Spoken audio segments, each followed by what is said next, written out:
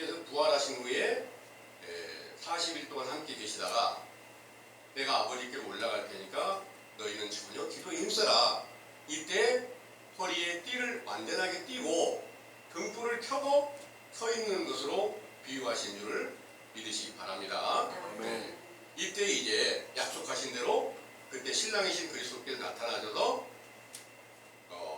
완전한 영원한 혼인집으로 이루어지니까 그 혼인집에 들어간 모든 제자들은 전부 다 세마 옷을 입은 신부가 되고 의로운 행실, 의인으로 인정되는 그런 존귀한 일이 함께 응하게 될 줄을 믿으시기 바랍니다. 아멘. 이 일이 이제 요한계시록 19장의 말씀을 보면요.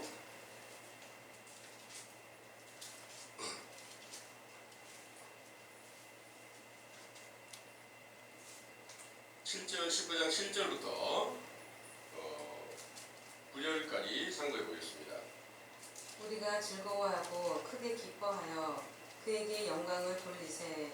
어린 양의 혼인 기약에 이르렀고 그 아내가 예비하였으니 그에게 허락하사 빛나고 깨끗한 세마포를 입게 하셨은즉 이 세마포는 성도들의 옳은 행실로다 하더라. 천사가 내게 말하기를 기록하라. 어린 양의 혼인 잔치에 청함을 입은 자들이 복이 있도다 하고 또 내게 말하되 이것은 하나님의 참되신 말씀이라 하기로. 아멘. 아멘. 자, 여기에 어린 양의 혼인 기약이 바로 언제였을까? 오순절날 성령으로 충만하게 하실 때 이 모든 약속이 이루어졌어요. 그런데 계시록이 기록되어 있으니까 아직까지 이 일이 응하지 않았습니다.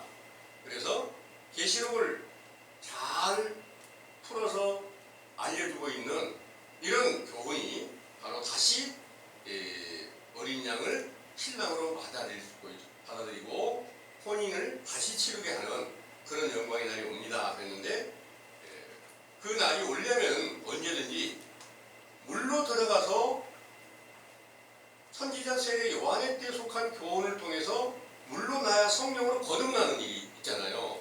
그러니까 성령으로 거듭나는 일이 바로 어린 양이신 예수 그리스도를 신랑으로 영접하는 혼인집이 이루어지게 되는 거거든요. 그래서 이런 모든 일은 사도 시대에 다 응하여졌고 그 일이 사도들에게는 오순절부터 응하였고 그 이후에 사도들의 교훈을 듣고 성령 충만을 받는 자들이 동일하게 이 약속이 성취되게 되었다는 것을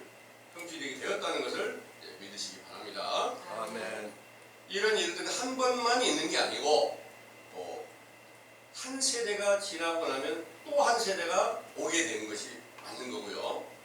이 한 세대가 지나는 동안에 이 모든 약속이 그대로 다 응하였고 또다시 온 세계가 밤의 보적 같은 거짓 선지자들에게 미혹을 받은 후에 또다시 한 세대가 임하면 또 다시 임하게 될 것을 모든 성경의 증거는 가르쳐주고 있는 줄을 믿으시기 바랍니다. 아멘.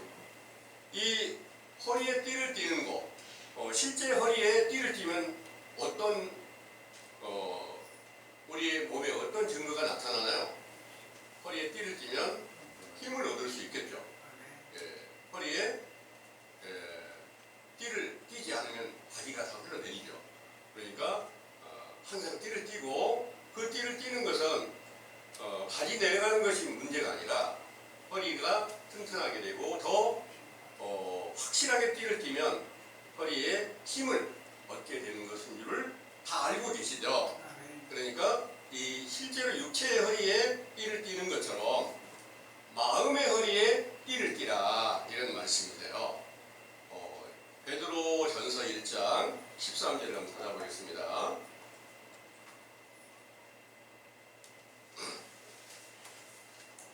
그러므로 너희 마음의 허리를 동이고 근신하여 예수 그리스도에 나타나실 때 너희에게 가져올 은혜를 온전히 바랄지어다. 아멘. 아멘.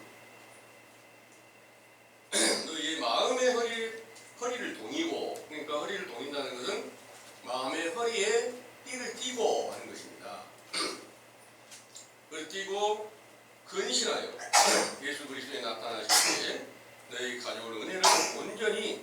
할지어다 그러니까요.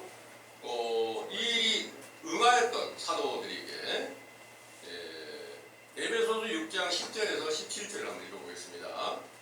에베소서 6장 10절에서 17절이요. 에베소서 6장 10절에서 17절입니다.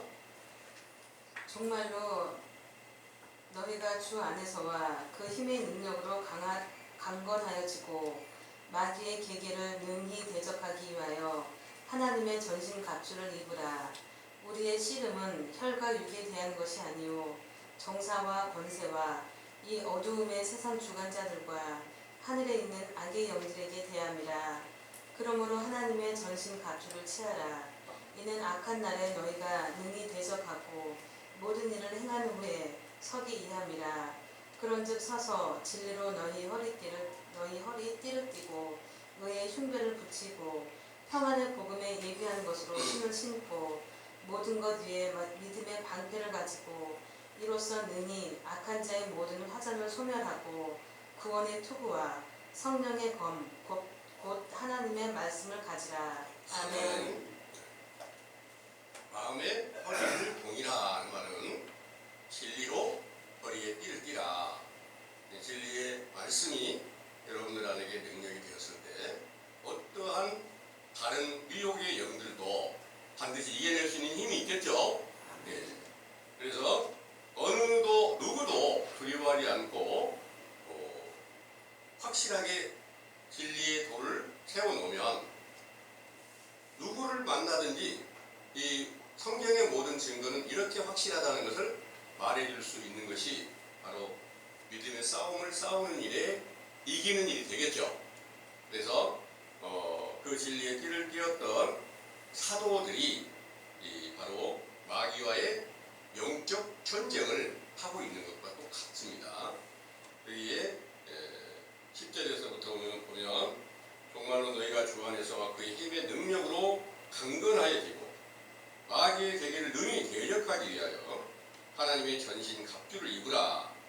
우리의 씨름은 혈과 육에 대한 것이 아니요 정사와 권세와 이 어둠의 세상 주관자들과 하늘에 있는 악한 영들에게 대함이라. 그러므로 하나님의 전신 갑주를 취하라. 이는 악한 날에 능히 대적하고 모든 일을 행한 후에 서기 위함이라.